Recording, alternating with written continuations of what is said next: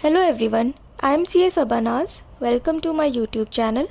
Today's topic is charitable trust or institutions covered under tax audit? Yes or no? It's a bit controversial topic, but I have tried to share my opinion.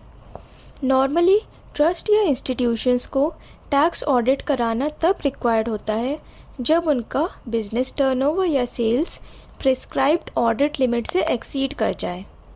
But जब बात charitable institutions की आती है तब ये decide करना मुश्किल हो जाता है।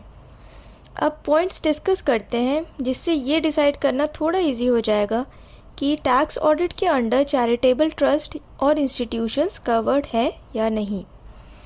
पॉइंट नंबर 1, टैक्स ऑडिट की रिक्वायरमेंट वहाँ आती है जहाँ किसी एसएससी की बिजनेस एंड प्रोफेशन इनकम हो और चैरिटेबल इंस्टीट्यूशंस की इनकम जनरली बिजनेस इनकम में कवर नहीं होती है।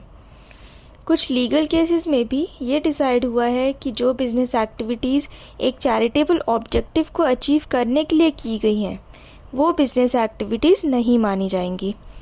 तो इस केस में जहाँ कोई बिजनेस इनकम नहीं है वहाँ टैक्स ऑडिट नहीं होना चाहिए। पॉइंट नंबर 2, चैरिटेबल इंस्टीट्यूशंस को इनकम टैक्स एक्ट के सेक्शन 11 और 12 में कुछ एग्जेम्पशंस मिलती हैं और उन एग्जेम्पशंस को लेने के लिए स्पेसिफिक ऑडिट रिक्वायरमेंट है। ये specific audit requirement section 12A(1)(b) में रिक्वायर्ड है और इसकी ऑडिट रिपोर्ट फॉर्म 10B में सबमिट की जाती है, ना कि फॉर्म 3CA 3CD में। सेक्शन 12A(1)(b) में ऑडिट कंपलसरी तब होता है जब चैरिटेबल इंस्टीट्यूशन की इनकम सेक्शन 11 और सेक्शन 12 की एग्जेम्पशन लेने के पहले 2.5 लाख रुपीस से ज़्यादा हो और ऑडिट रिपोर्ट सबमिट करने की due date ITR due date के 1 मंथ पहले की डेट होगी। मतलब सेम वही होगी जो सेक्शन 44AB में बताई गई है, यानी कि 30 सितंबर।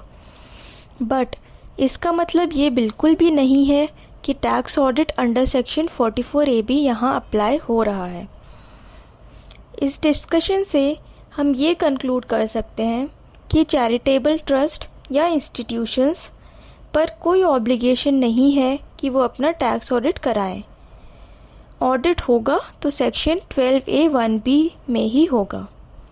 I hope this video will help you.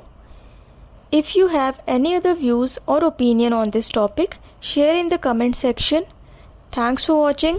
Please like, share and subscribe.